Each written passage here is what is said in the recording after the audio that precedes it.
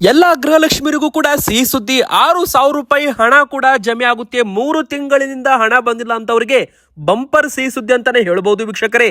ಇನ್ನು ಗೃಹಲಕ್ಷ್ಮಿ ಅಡಿಯಲ್ಲಿ 30,000 ರೂಪಾಯಿ ಅಂದ್ರೆ 1 ಲಕ್ಷ ರೂಪಾಯಿ ಹಣ ಪಡ್ಕೋಬೇಕಂದ್ರೆ 90 ದಿನಗಳವರೆಗೂ ಸಮಯ ಅವಕಾಶ ಕೂಡ ಕೊಡಲಾಗುತ್ತಂತೆ. ಇದರ ಬಗ್ಗೆ ಹೆಚ್ಚು ಅಪ್ಡೇಟ್ ನಿಮಗೆ ವಿಡಿಯೋದಲ್ಲಿ ಕೊಟ್ಟಿದ್ದೇನೆ, ವಿಡಿಯೋ ಪೂರ್ತಿಯಾಗಿ ನೋಡಿ. ಅದಕ್ಕಿಂತ ಮುಂಚೆ ನಿಮ್ಮ ಹತ್ತಿರನೂ ಕೂಡ ರೇಷನ್ ಕಾರ್ಡ್ ಇದ್ರೆ ಈ ಒಂದು ತಪ್ಪು ಮಾಡಿದ್ರೆ ನಿಮಗೆ ಇನ್ಮುಂದೆ ಅಕ್ಕಿನೂ ಸಿಗಲ್ಲ. ಇಂದಿರಾ ಕಿಟ್ ಯೋಜನೆ ಅಡಿಯಲ್ಲಿ ಅಡುಗೆ ಎಣ್ಣೆ, ಉಪ್ಪು, ಸಕ್ಕರೆ, ತೊಗರಿ ಬೇಳೆನೂ ಕೂಡ ಸಿಗಲ್ಲ ವೀಕ್ಷಕರೇ. ಇನ್ನು ಮಹಿಳೆಯರಿಗೆ 4 ಹೊಸ ಯೋಜನೆಗಳ ಮೂಲಕ ಭಾರಿ ಒಂದು ಹಣ ಕೂಡ ಸಿಗಲಿದೆ. ಹೌದು, ಮಹಿಳೆಯರಿಗೆ ಒಂದು ಭರ್ಜರಿ ಬ್ರೇಕಿಂಗ್ ನ್ಯೂಸ್ ಅಂತಾನೆ ಹೇಳ್ಬೋದು. ರಾಜ್ಯ ಸರ್ಕಾರದಿಂದ ಬಿಡುಗಡೆ ಮಾಡಿರುವ ಯೋಜನೆಗಳ ಪಟ್ಟಿ ಕೂಡ ಬಂದಿದೆ, ಅದು ಕೂಡ ನೋಡ್ತಾ ಹೋಗೋಣ. ಇನ್ನು ವೀಕ್ಷಕರೇ, ಮನೆಗಳ ಯೋಜನೆಗಳ ಬಗ್ಗೆನೂ ಕೂಡ ಅಪ್ಡೇಟ್ ಬಂದಿರುವಂತದ್ದು. 2026ರ ಒಳಗೆ 2 ಲಕ್ಷ ಮನೆಗಳನ್ನ ನಿರ್ಮಾಣ ಮಾಡುವ ಗುರಿ ಇದೆ ಅಂತ ಮೊದಲೇ ಈಗಾಗಲೇ ಜಮೀರ್ ಅಹಮದ್ ಖಾನ್ ಅವರು ಹೇಳಿಕೆ ಕೊಟ್ಟಿದ್ದಾರೆ. ಇದರ ಬಗ್ಗೆ ಅಪ್ಡೇಟ್ ನೋಡೋಣ. ಇನ್ನು ಬಂಗಾರ ಬೆಳ್ಳಿ ದರ ಭಾರಿ ಏರಿಕೆ ಆಗ್ತಾ ಇದೆ ವೀಕ್ಷಕರೇ. ಮುಂದಿನ ಬರೋ ದಿನಗಳಲ್ಲಿ ಏರಿಕೆ ಆಗುತ್ತಾ ಇಳಿಕೆ ಆಗುತ್ತಾ, ಇದರ ಬಗ್ಗೆ ಬಂದಿರೋ ಒಂದು ಬ್ರೇಕಿಂಗ್ ನ್ಯೂಸ್ ಕೂಡ ಈ ವಿಡಿಯೋದಲ್ಲಿ ಇರೋದ್ರಿಂದ ವಿಡಿಯೋನ ಪೂರ್ತಿಯಾಗಿ ನೀವು ಕೊನೆ ತನಕ ನೋಡಿ. ಮೊದಲಿಗೆ ಗೃಹಲಕ್ಷ್ಮಿ ಯೋಜನೆಯಿಂದ ವಿಡಿಯೋ ಶುರು ಮಾಡೋಣ. ನೀವು ಕೂಡ ಗೃಹಲಕ್ಷ್ಮಿ ಫಲಾನುಭವಿಗಳಾಗಿದ್ರೆ ದಯವಿಟ್ಟು ವಿಡಿಯೋಗೆ ಒಂದು ಲೈಕ್ ಮಾಡಿ. ಹಾಗೆ ಕಮೆಂಟ್ ಬಾಕ್ಸ್ ಅಲ್ಲಿ ವೀಕ್ಷಕರೇ, ನಿಮಗೆ ಎಷ್ಟು ಕಂತು ಹಣ ಇನ್ನೂ ಕೂಡ ಬರೋದು ಬಾಕಿ ಇದೆ, ಬೇಗನೆ ಕಮೆಂಟ್ ಅಲ್ಲಿ ನಮಗೆ ನೀವು ಕಮೆಂಟ್ ಮಾಡಿ. ಎದಕ್ಕಂದ್ರೆ ಸರ್ಕಾರದಿಂದ ಈಗಾಗಲೇ ಆಗಸ್ಟ್ ತಿಂಗಳವರೆಗೂ ಹಣವನ್ನ ಹಾಕಲಾಗಿದೆ ಅಂತ ಹೇಳಲಾಗ್ತಾ ಇದೆ. ಆದ್ರೆ ಕೆಲವೊಬ್ಬರಿಗೆ ಜುಲೈ ತಿಂಗಳವರೆಗೂ ಮಾತ್ರ ಹಣ ಬಂದಿದೆ, ಆಗಸ್ಟ್ ತಿಂಗಳದ್ದು ಹಣ ಬಂದಿಲ್ಲ. ಕೆಲವೊಬ್ಬರಿಗೆ 2-3 ದಿನಗಳ ಹಿಂದೆ ಆಗಸ್ಟ್ ತಿಂಗಳ ಕಂತಿನ ಹಣವೂ ಕೂಡ ಜಮೆಯಾಗಿದೆ. ಈಗ ಸೆಪ್ಟೆಂಬರ್ ಹಾಗೂ ಅಕ್ಟೋಬರ್ ತಿಂಗಳದ್ದು ಹಣ ಮಾತ್ರ ಬಾಕಿ ಇರುವಂತದ್ದು. ಅಂದ್ರೆ 4,000 ರೂಪಾಯಿ ಮಾತ್ರ ಬಾಕಿ ಇರುವಂತದ್ದು. ನವೆಂಬರ್ ತಿಂಗಳದ್ದು ಹಣ ಒಂದು ಬಿಟ್ರೆ ಸದ್ಯಕ್ಕೆ ನವೆಂಬರ್ ತಿಂಗಳ ಹಣ ಇಲ್ಲ ವೀಕ್ಷಕರೇ. ಹೌದು, ಸದ್ಯಕ್ಕೆ ಸೆಪ್ಟೆಂಬರ್ ಅಕ್ಟೋಬರ್ ತಿಂಗಳದ್ದು ಬಾಕಿ ಇರೋದ್ರಿಂದ ಆ ಒಂದು ಹಣವನ್ನ ಈ ಒಂದು ಇಯರ್ ಎಂಡ್ ಅಂದ್ರೆ 2025 ವರ್ಷ ಮುಗಿಯೋಕ್ ಬಂತು. ಡಿಸೆಂಬರ್ 30ರ ಒಳಗೆ ಎಲ್ಲರ ಅಕೌಂಟ್ಗೂ ಕೂಡ ಆ ಸೆಪ್ಟೆಂಬರ್ ಅಕ್ಟೋಬರ್ ತಿಂಗಳ ಕಂತಿನ ಹಣವನ್ನ ಕ್ಲಿಯರ್ ಮಾಡುವ ಒಂದು ನಿರೀಕ್ಷೆ ಇದೆ ಅಂತಾನೂ ಕೂಡ ಇಲ್ಲಿ ಹೇಳಲಾಗಿದೆ. ಹೌದು, ಈಗಾಗಲೇ ಕೋಟ್ಯಾಂತರ ಫಲಾನುಭವಿಗಳು ಗೃಹಲಕ್ಷ್ಮಿಯರು ಇರೋದ್ರಿಂದ ಏಕಕಾಲದಲ್ಲಿ ಎಲ್ಲರಿಗೂ ಕೂಡ ಹಣ ಬರ್ತಾ ಇಲ್ಲ. ಕೆಲವೊಂದು ಜಿಲ್ಲೆಗಳಲ್ಲಿ ಹಣ ಬೇಗ ಬರ್ತಾ ಇದೆ, ಕೆಲವೊಂದು ಜಿಲ್ಲೆಗಳಲ್ಲಿ ಹಣ ಲೇಟ್ ಆಗಿ ಬರ್ತಾ ಇದೆ. ಈಗಾಗಲೇ ಹೇಳೋದಾದ್ರೆ ವೀಕ್ಷಕರೇ, ಬೆಂಗಳೂರು ಮತ್ತು ಬೆಳಗಾವಿ ಅತಿ ಒಂದು ಹೆಚ್ಚು ಫಲಾನುಭವಿಗಳು ಇರೋದಂದ್ರೆ ಬೆಳಗಾವಿ ಜಿಲ್ಲೆಯಲ್ಲಿ, ಅತಿ ಕಡಿಮೆ ಇರೋದ್ರಂದ್ರೆ ಕರಾವಳಿ ಭಾಗದಲ್ಲಿ, ಉಡುಪಿ, ಉತ್ತರ ಕನ್ನಡ, ದಕ್ಷಿಣ ಕನ್ನಡ ಈ ಭಾಗದಲ್ಲಿ ಸ್ವಲ್ಪ ಕಡಿಮೆ ಮಟ್ಟಿಗೆ ಫಲಾನುಭವಿಗಳು ಇರುವಂತದ್ದು. ಆದರೆ ವೀಕ್ಷಕರೇ, ಇಲ್ಲಿ ಏಕಕಾಲದಲ್ಲಿ ಎಲ್ಲರಿಗೂ ಕೂಡ ಹಣ ಹಾಕೋದು ಕೂಡ ಆಗ್ತಾ ಇಲ್ಲ. ಹೀಗಾಗಿ ಹಂತ ಹಂತವಾಗಿ ಹಣವನ್ನ ಬಿಡುಗಡೆ ಮಾಡಲಾಗ್ತಾ ಇದೆ. ಆಗಸ್ಟ್ ತಿಂಗಳವರೆಗೂ ಪ್ರತಿಯೊಬ್ಬರಿಗೂ ಕೂಡ ಹಣವನ್ನ ಹಾಕಲಾಗಿತ್ತು. ಆದ್ರೆ ಈಗ ಸೆಪ್ಟೆಂಬರ್ ತಿಂಗಳ ಹಣವೂ ಕೂಡ ಹಂತ ಹಂತವಾಗಿ ಜಮವನ್ನ ಮಾಡಲಾಗ್ತಾ ಇದೆ. ವೀಕ್ಷಕರೇ, ಈಗಾಗಲೇ ನಿಮಗೆ ಆಗಸ್ಟ್ ತಿಂಗಳ ಹಣ 2-3 ದಿನದ ಹಿಂದೆ ಬಂದಿದ್ರೆ ಬೇಗನೆ ಕಮೆಂಟ್ ಅಲ್ಲಿ ಎಸ್ ಅಂತ ಕಮೆಂಟ್ ಮಾಡಿ, ನಿಮ್ಮ ಊರಿನ ಹೆಸರನ್ನು ಕೂಡ ಕಮೆಂಟ್ ಮಾಡಿ. ಈಗ ಗೃಹಲಕ್ಷ್ಮಿಯರಿಗೆ ಸೆಪ್ಟೆಂಬರ್ ತಿಂಗಳ ಹಣ ಕೂಡ ಜಮೆ ಆಗುವ ಒಂದು ಪ್ರಕ್ರಿಯೆ ಶುರುವಾಗ್ತಾ ಇದೆ.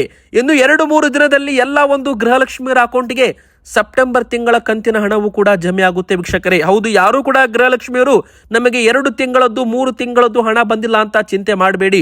ಎಲ್ಲರಿಗೂ ಕೂಡ ಹಣ ಬಂದೇ ಬರುತ್ತೆ. ಎದಕ್ಕಂದ್ರೆ ಈಗಾಗಲೇ ಸೆಪ್ಟೆಂಬರ್ ಅಕ್ಟೋಬರ್ 2 ತಿಂಗಳ ಹಣವನ್ನ ಶೀಘ್ರದಲ್ಲೇ ಬಿಡುಗಡೆ ಮಾಡುತ್ತೇವೆ ಅಂತ ಹೇಳಿ 1 ವಾರ ಮೇಲೆ ಆಗಿದೆ. ಯಾವಾಗ ಈ ಒಂದು ಹೇಳಿಕೆ ಕೊಟ್ಟಿದ್ದಾರೆ, ನಂತರ ಹಣವೂ ಕೂಡ ಬಿಡುಗಡೆ ಆಗಿದೆ. ಪ್ರತಿ ಬಾರಿ ಹಣ ಕೂಡ ಜಮೆ ಆಗಿದೆ. ಇದು ದೀಪಾವಳಿ ಹಬ್ಬದ ಸಮಯದಲ್ಲಿ ಆಗಸ್ಟ್ ತಿಂಗಳ ಹಣವನ್ನು ಕೂಡ ಬಿಡುಗಡೆ ಮಾಡಲಾಗಿತ್ತು. ಈಗಾಗಲೇ ಎಲ್ಲರ ಅಕೌಂಟ್ಗೂ ಕೂಡ ಜಮೆ ಆಗಿದೆ ವೀಕ್ಷಕರೇ. ನಿಮಗೂ ಕೂಡ ಹಣ ಬಂದಿಲ್ಲ ಅಂದ್ರೆ ಬೇಗನೆ ಕಮೆಂಟ್ ಅಲ್ಲಿ ತಿಳಿಸಿ ಯಾವ ಕಂತು ಎಷ್ಟು ಕಂತು ಇದೆ ಅಂತ. ಮತ್ತೆ ಇಲ್ಲಿ ಸೆಪ್ಟೆಂಬರ್ ಅಕ್ಟೋಬರ್ ತಿಂಗಳ ಹಣವೂ ಕೂಡ ನಿಮಗೆ 25ನೇ ತಾರೀಕಿನ ಒಳಗೆ ಎಲ್ಲ ಕಂತು ಕ್ಲಿಯರ್ ಆಗುತ್ತೆ. 15ನೇ ತಾರೀಕಿನ ಒಳಗಡೆ ನಿಮಗೆ ಸೆಪ್ಟೆಂಬರ್ ತಿಂಗಳ ಕಂತು ಕೂಡ ಜಮೆ ಆಗುತ್ತೆ ವೀಕ್ಷಕರೇ. ಈಗ ಗೃಹಲಕ್ಷ್ಮಿ ಸೊಸೈಟಿ ಸಂಘದ ಬಗ್ಗೆನೂ ಕೂಡ ಅಪ್ಡೇಟ್ ಬಂದಿದೆ. ಯಾರು ಮೊದಲು 1,000 ರೂಪಾಯಿ ಪಾವತಿ ಮಾಡಿ ಗೃಹಲಕ್ಷ್ಮಿ ಸಂಘದಲ್ಲಿ ಮೆಂಬರ್ಶಿಪ್ ಆಗ್ತಾರೆ, ಅಂತಹ ಗೃಹಲಕ್ಷ್ಮಿಯರಿಗೆ ಮೊದಲು ಸಾಲ ಸೌಲಭ್ಯವನ್ನ ಮಾಡಿಕೊಡಲಾಗುತ್ತೆ. ಇಲ್ಲಿ ಗೃಹಲಕ್ಷ್ಮಿ ಸೊಸೈಟಿ ಸಂಘದಲ್ಲಿ ನೀವು ಜಾಯ್ನ್ ಆಗ್ಬೇಕಂದ್ರೆ 1,000 ರೂಪಾಯಿ ಮೆಂಬರ್ಶಿಪ್ ಇರುತ್ತೆ, ಅದನ್ನ ಪಾವತಿ ಮಾಡಬೇಕು.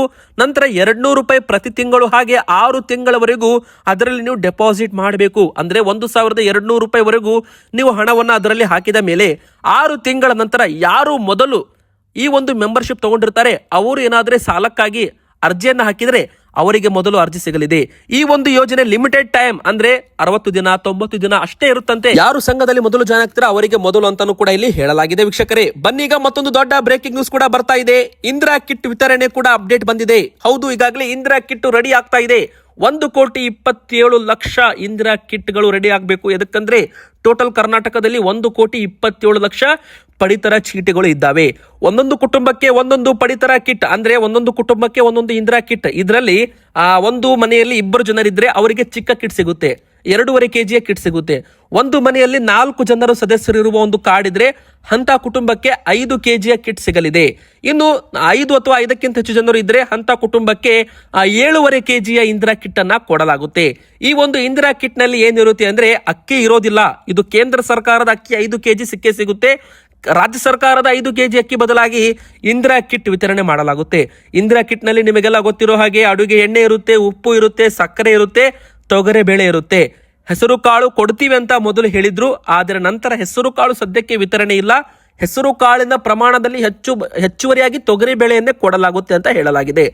ಯಾರಾದ್ರೂ ಈ ಒಂದು ಪಡಿತರವನ್ನ ಮಾರಾಟ ಮಾಡಿದ್ದೇ ಆದಲ್ಲಿ, ಅಥವಾ ಅಕ್ಕಿ ಆಗಿರ್ಬೋದು, ಇಂದಿರಾ ಕಿಟ್ ಯಾರಾದ್ರೂ ಹಣಕ್ಕೋಸ್ಕರ ಮಾರಾಟ ಮಾಡಿದ್ದೇ ಆದಲ್ಲಿ ಅಂತವರ ವಿರುದ್ಧ ಕ್ರಮ ತೆಗೆದುಕೊಳ್ಳಲಾಗುತ್ತೆ. ಮತ್ತೆ ಅವರ ಕಾರ್ಡುಗಳು ಕೂಡ ಮುಟ್ಟುಗೋಲು ಹಾಕಬಹುದು ಸರ್ಕಾರ. ಎದಕ್ಕಂದ್ರೆ ಈಗಾಗಲೇ ಕಾಳಸಂತೆಯಲ್ಲಿ ಅಕ್ಕಿ ಮಾರಾಟ ಮಾಡುವವರ ವಿರುದ್ಧ ಕಠಿಣ ಕಾನೂನು ಕ್ರಮ ತೆಗೆದುಕೊಳ್ಳುವಂತೆ ಈಗಾಗಲೇ ಮುಖ್ಯಮಂತ್ರಿ ಸಿದ್ದರಾಮಯ್ಯನವರು ಸೂಚನೆಯನ್ನ ಕೊಟ್ಟಿರುವಂತದ್ದು ವೀಕ್ಷಕರೇ. ಈಗ ಎಲ್ಲ ಇಂದಿರಾ ಕಿಟ್ಗಳು ಕೂಡ ಜನರಿಗೆ ತಲುಪಿದೆಯೋ ಇಲ್ವೋ ಅಂತ ತಿಳ್ಕೊಬೇಕಂದ್ರೆ ಅದಕ್ಕೆ ಟ್ರ್ಯಾಕ್ ಅಂಡ್ ಟ್ರೇಸ್ ಅಂದ್ರೆ QR ಕೋಡ್ ಸಿಸ್ಟಮ್ ಅಳವಡಿಕೆ ಮಾಡಲು ಸರ್ಕಾರ ಮುಂದಾಗಿದೆ.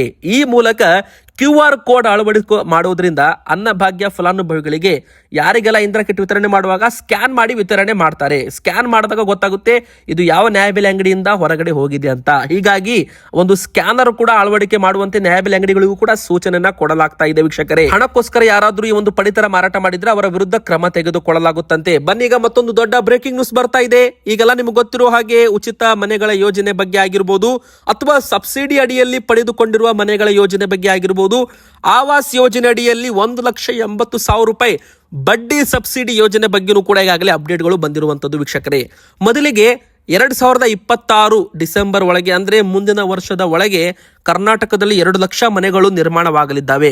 ಬಸವ ವಸತಿ ಯೋಜನೆ ಆಗಿರ್ಬೋದು, ಡಾಕ್ಟರ್ ಅಂಬೇಡ್ಕರ್ ವಸತಿ ಯೋಜನೆ ಆಗಿರ್ಬೋದು, ಅಥವಾ ರಾಜೀವ್ ಗಾಂಧಿ ವಸತಿ ಯೋಜನೆ ಆಗಿರ್ಬೋದು, PM ಆವಾಸ್ ಯೋಜನಾ ಬಗ್ಗೆನೂ ಕೂಡ ಆಗಿರ್ಬೋದು ವೀಕ್ಷಕರೇ. ಕರ್ನಾಟಕದಲ್ಲಿ 2 ಲಕ್ಷ ಮನೆಗಳನ್ನ ನಿರ್ಮಾಣ ಮಾಡುವ ಗುರಿ ಇರುವಂತದ್ದು.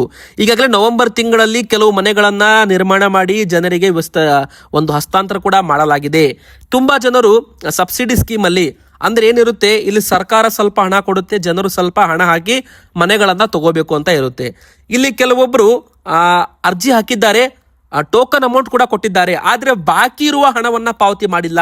ಈಗ ಯಾರೆಲ್ಲ ಈ ಒಂದು ವಸತಿ ಯೋಜನೆಗಳ ಅಡಿಯಲ್ಲಿ ಮನೆಗಳನ್ನ ಟೋಕನ್ ಅಮೌಂಟ್ ಕೊಟ್ಟು ಬುಕ್ ಮಾಡಿದ್ರು, ಅವರು ಬಾಕಿ ಇರುವ ಒಂದು ಅಮೌಂಟ್ ಅನ್ನು ಕೂಡ ಪಾವತಿ ಮಾಡಿದ್ರೆ ಅವರಿಗೆ ಮನೆಗಳನ್ನ ವಿತರಣೆ ಮಾಡಲಾಗುತ್ತೆ. ಇಲ್ಲಾಂದ್ರೆ ಅವರಿಗೆ ಮನೆ ವಿತರಣೆಯನ್ನ ಸ್ಥಗಿತ ಮಾಡಲಾಗುತ್ತೆ ಅಂತ ನವೆಂಬರ್ ತಿಂಗಳಲ್ಲಿಯೇ ಈಗಾಗಲೇ ಅಧಿಕೃತವಾಗಿ ಹೇಳಲಾಗಿತ್ತು. ಜಮೀರ್ ಅಹಮದ್ ಖಾನ್ ಅವರು ಕೂಡ ಈ ಒಂದು ಮಾತನ್ನ ಹೇಳಿದ್ರು. ತುಂಬಾ ಜನರು ಟೋಕನ್ ಅಮೌಂಟ್ ಕೊಟ್ಟಿದ್ದಾರೆ, ಆದ್ರೆ ಬಾಕಿ ಇರುವ ಹಣವನ್ನ ಪಾವತಿ ಮಾಡಿಲ್ಲ. ಈಗಾಗಲೇ ಸರ್ಕಾರದ ಕಡೆಯಿಂದ ಸಾಲ ವ್ಯವಸ್ಥೆ ಕೂಡ ಮಾಡಿಕೊಡಲಾಗ್ತಾ ಇದೆ, ಆದ್ರೂ ಕೂಡ ಬಾಕಿ ಇರುವ ಹಣವನ್ನ ಪಾವತಿ ಮಾಡ್ತಾ ಇಲ್ಲ ಅಂತ ಹೇಳಲಾಗಿತ್ತು ವೀಕ್ಷಕರೇ. ಅಂತವ್ರು ಯಾರಾದ್ರೂ ಇದ್ರೆ ಬೇಗನೆ ಬಾಕಿ ಅಮೌಂಟ್ ಪಾವತಿ ಮಾಡಿ ಮನೆಗಳನ್ನ ನಿರ್ಮಾಣ ಆದ ತಕ್ಷಣ ನಿಮಗೆ ವಿತರಣೆಯನ್ನ ಮಾಡಲಾಗುತ್ತೆ, ಇಲ್ಲ ಅಂದ್ರೆ ನಿಮಗೆ ವಿತರಣೆ ಇರೋದಿಲ್ಲ. ಮತ್ತೆ ಇಲ್ಲಿ ಎರಡನೇದಾಗಿ ರಾಜೀವ್ ಗಾಂಧಿ ವಸತಿ ಯೋಜನೆ ಅಡಿಯಲ್ಲಿ ಆಗಿರ್ಬೋದು, ಮತ್ತೆ ಈಗಾಗಲೇ ಯಾರಾದ್ರೂ ಸ್ವಂತ ಮನೆ ಇಲ್ಲದವರು ಅಥವಾ ಮನೆ ಕಟ್ತಾ ಇದ್ದವರಿಗೆ ಬಡ್ಡಿ ಸಬ್ಸಿಡಿ ಕೂಡ ಸಿಗುತ್ತೆ. PM ಆವಾಸ್ ಯೋಜನಾ ಬಗ್ಗೆ ನಿಮಗೆ ಗೊತ್ತಿರಬಹುದು ವೀಕ್ಷಕರೇ. ಇಲ್ಲಿ ಗರಿಷ್ಠ 1,80,000 ರೂಪಾಯಿವರೆಗೂ ನಿಮಗೆ ಬಡ್ಡಿ ಹೊರೆ ಕಡಿಮೆ ಆಗುತ್ತೆ. ಈ ಒಂದು ಯೋಜನೆ ಅಡಿಯಲ್ಲಿ ನೀವು ಅರ್ಜಿಯನ್ನ ಹಾಕಿದ್ರೆ ನಿಮಗೆ ಬಡ್ಡಿ ಹೊರೆ ಕಡಿಮೆ ಆಗುತ್ತೆ ಅಂತಾನು ಕೂಡ ಇಲ್ಲಿ ಹೇಳ್ಬಹುದು. ಉದಾಹರಣೆಗೆ ನಿಮ್ದು ಬಡ್ಡಿ ಏನಾದ್ರೂ, ಈಗ ನೀವು ಒಂದು 25 ಲಕ್ಷ ರೂಪಾಯಿ ಸಾಲ ತಗೊಂಡಿರ್ತೀರಾ, ಅದಕ್ಕೆ ಬ್ಯಾಂಕ್ನವರು ಒಂದು 4 ರಿಂದ 5 ಲಕ್ಷ ರೂಪಾಯಿ ಬಡ್ಡಿ ಹಾಕಿರ್ತಾರೆ. ಅವಾಗ ನೀವೇನಾದ್ರೂ PM Awas Yojana interest scheme subsidy ಪಡ್ಕೊಂಡ್ರೆ 1,80,000 ರೂಪಾಯಿ ನಿಮ್ಮ ಒಂದು ಬಡ್ಡಿ ಏನಿದೆ ನೋಡಿ, ಅದು ಕೇಂದ್ರ ಸರ್ಕಾರ ತುಂಬುತ್ತೆ ನಿಮ್ಮ ಕಡೆಯಿಂದ. ಅವಾಗ ನಿಮ್ಮ ಬಡ್ಡಿ 5 ಲಕ್ಷ ರೂಪಾಯಿದದ್ದು ಎಷ್ಟಾಗುತ್ತೆ, 1,80,000 ಮೈನಸ್ ಮಾಡಿದ್ರೆ 3,20,000 ರೂಪಾಯಿ ನಿಮ್ದು ಬಡ್ಡಿ ಆಗುತ್ತೆ. ಅಂದ್ರೆ 5 ಲಕ್ಷ ರೂಪಾಯಿ ನೀವು ಬಡ್ಡಿ ಪಾವತಿ ಮಾಡೋದು 3,20,000 ರೂಪಾಯಿ ಆಯ್ತಂದ್ರೆ ಇಂಡೈರೆಕ್ಟ್ ಆಗಿ ನಿಮಗೆ 1,80,000 ರೂಪಾಯಿವರೆಗೂ ಸಬ್ಸಿಡಿ ಸಿಗುತ್ತೆ ಅಂತ ಇಲ್ಲಿ ಹೇಳ್ಬಹುದು ವೀಕ್ಷಕರೇ. ಬನ್ನೀಗ ಮತ್ತೊಂದು ದೊಡ್ಡ ಬ್ರೇಕಿಂಗ್ ನ್ಯೂಸ್ ಏನಂತ ನೋಡೋಣ. ಈಗಾಗಲೇ ಮಹಿಳಾ ಮತ್ತು ಮಕ್ಕಳ ಅಭಿವೃದ್ಧಿ ಇಲಾಖೆ, ಜಿಲ್ಲಾ ಮಹಿಳಾ ಅಭಿವೃದ್ಧಿ ನಿಗಮ ವತಿಯಿಂದ 2026ನೇ ಸಾಲಿಗೆ ವಿವಿಧ ಅರ್ಜಿಗಳನ್ನು ಕೂಡ ಸಾಲ ಸೌಲಭ್ಯಕ್ಕಾಗಿ ಅರ್ಜಿಯನ್ನು ಆಹ್ವಾನಿಸಲಾಗಿದೆ. 15 ತಾರೀಕು ಕೊನೆ ದಿನಾಂಕ ಇರುತ್ತೆ. ಉದ್ಯೋಗಿನಿ ಯೋಜನೆಯಡಿಯಲ್ಲಿ 18 ರಿಂದ 55 ವರ್ಷದ ಒಳಗಿನ ಮಹಿಳೆಯರು ಆದಾಯ ಉತ್ಪನ್ನಕರ ಚಟುವಟಿಕೆಗಳಲ್ಲಿ ತೊಡಗಿಸಿಕೊಂಡು ಸ್ವಯಂ ಉದ್ಯೋಗಗಳನ್ನು ಮಾಡಲು ಬ್ಯಾಂಕ್ ಮೂಲಕ ಸಾಲ ಮತ್ತು ನಿಗಮದ ಮೂಲಕ ಸಹಾಯಧನ ಕೂಡ ನೀಡಲಾಗ್ತಾ ಇದೆ. ಇನ್ನೊಂದು ಕಡೆಗೆ ಹೇಳೋದಾದ್ರೆ ವೀಕ್ಷಕರೇ, ಪರಿಶಿಷ್ಟ ಜಾತಿ ಮತ್ತು ಪರಿಶಿಷ್ಟ ಪಂಗಡದ ಫಲಾನುಭವಿಗಳಿಗೆ ಆದಾಯ ಮಿತಿ 2 ಲಕ್ಷ ಹೊಂದಿರಬೇಕು. ಘಟಕ ವೆಚ್ಚ ಕನಿಷ್ಠ 1 ಲಕ್ಷದಿಂದ 3 ಲಕ್ಷ ರೂಪಾಯಿ ಇದ್ರೆ 50% ಸಹಾಯಧನ ಕೊಡಲಾಗುತ್ತೆ ಅಂತ ಹೇಳಲಾಗಿದೆ. ಸಾಮಾನ್ಯ ವರ್ಗದವರಿಗೆ ಆದಾಯ ಮಿತಿ 1,50,000 ರೂಪಾಯಿ ಹೊಂದಿರಬೇಕು. ಘಟಕ ವೆಚ್ಚ ಗರಿಷ್ಠ 3 ಲಕ್ಷ ರೂಪಾಯಿ ಇದ್ರೆ 30% ಸಹಾಯಧನ ಸಿಗಲಿದೆ. ಅದೇ ತರ ಚೇತನ ಯೋಜನೆ, ಧನಶ್ರೀ ಯೋಜನೆ ಅಂತಾನೂ ಕೂಡ ಹೇಳಲಾಗ್ತಾ ಇದೆ. ದಮನಿತ ಮಹಿಳೆಯರಿಗೆ ಆದಾಯ ಉತ್ಪನ್ನ ಚಟುವಟಿಕೆ ಕೈಗೊಳ್ಳಲು 30,000 ಪ್ರೋತ್ಸಾಹಧನ ಕೂಡ ಕೊಡಲಾಗ್ತಾ ಇದೆ. ವೀಕ್ಷಕರೇ, 18 ವರ್ಷ ಮೇಲ್ಪಟ್ಟ ಮಹಿಳೆಯರಿಗೆ ಮಾತ್ರ ಅಂತ ಹೇಳ್ಬಹುದು. ಬನ್ನಿ ವೀಕ್ಷಕರೀಗ ಕೊನೆಯದಾಗಿ ಬಂಗಾರದ ಬೆಲೆ ಈಗ ಏರಿಕೆ ಆಗ್ತಾ ಇದೆ. ಹೌದು ವೀಕ್ಷಕರೇ, ಈಗಾಗಲೇ ಡಿಸೆಂಬರ್ ತಿಂಗಳಲ್ಲಿ ಬಂಗಾರದ ಬೆಲೆ ಏರಿಕೆ ಪರ್ವ ಕಂಡಿದೆ. ಅದೇ ತರ ಬೆಳ್ಳಿ ಕೂಡ 1,90,000 ರೂಪಾಯಿ ಆಗಿದೆ. 1 ಕೆಜಿ ಬೆಳ್ಳಿ ಈಗ 1,90,000 ರೂಪಾಯಿ ಆದ್ರೆ 10 ಗ್ರಾಮ್ 24 ಕ್ಯಾರೆಟ್ ಅಪರಂಜಿ ಚಿನ್ನದ ಬೆಲೆ ಕೂಡ 1,30,150 ರೂಪಾಯಿ ಆಗಿದೆ. ಮುಂದಿನ ಬರೋ ದಿನಗಳಲ್ಲಿ ಮದುವೆ ಸೀಸನ್ ಪ್ರಾರಂಭವಾಗೋದ್ರಿಂದ ಜನವರಿ ಫೆಬ್ರವರಿಯಿಂದ ಮತ್ತೆ ಮದುವೆ ಸೀಸನ್ ಶುರು ಆಗ್ತಾ ಇದೆ. ಇನ್ನೊಂದು ಕಡೆಗೆ ಡಾಲರ್ ಎದುರು ರೂಪಾಯಿ ಮೌಲ್ಯ ಕುಸಿತವಾಗ್ತಾ ಇದೆ. $1 ಈಗ 90 ರೂಪಾಯಿ ಆಗಿದೆ. ಅದೇ ತರ ಈಗ ಬಂಗಾರ ಸ್ವಲ್ಪ ಕಾಸ್ಟ್ಲಿ ಆಗ್ಬಹುದು ಅಂತಾನೂ ಕೂಡ ಇಲ್ಲಿ ತಜ್ಞರು ಲೆಕ್ಕಾಚಾರ ಹಾಕಿರುವಂತದ್ದು. ಆದ್ರೆ ಇದೆಲ್ಲ ಕೂಡ ಇಂಟರ್ನ್ಯಾಷನಲ್ ಮಾರ್ಕೆಟ್ ಮೇಲೆ ಡಿಪೆಂಡ್ ಆಗಿರೋದ್ರಿಂದ ಏನೂ ಕೂಡ ಅಧಿಕೃತವಾಗಿ ಹೇಳಕ್ ಬರಲ್ಲ. ಇವತ್ತಿಗೆ ಇಷ್ಟ ಆಗಿತ್ತು. ವಿಡಿಯೋ ಇಷ್ಟ ಆದ್ರೆ ವಿಡಿಯೋಗೆ ಲೈಕ್ ಮಾಡಿ, ನಮ್ಮ ಚಾನಲ್ಗೆ ಸಬ್ಸ್ಕ್ರೈಬ್ ಆಗಿ, ನಿಮ್ಮ ಅನಿಸಿಕೆ ಕಮೆಂಟ್ ಮಾಡಿ.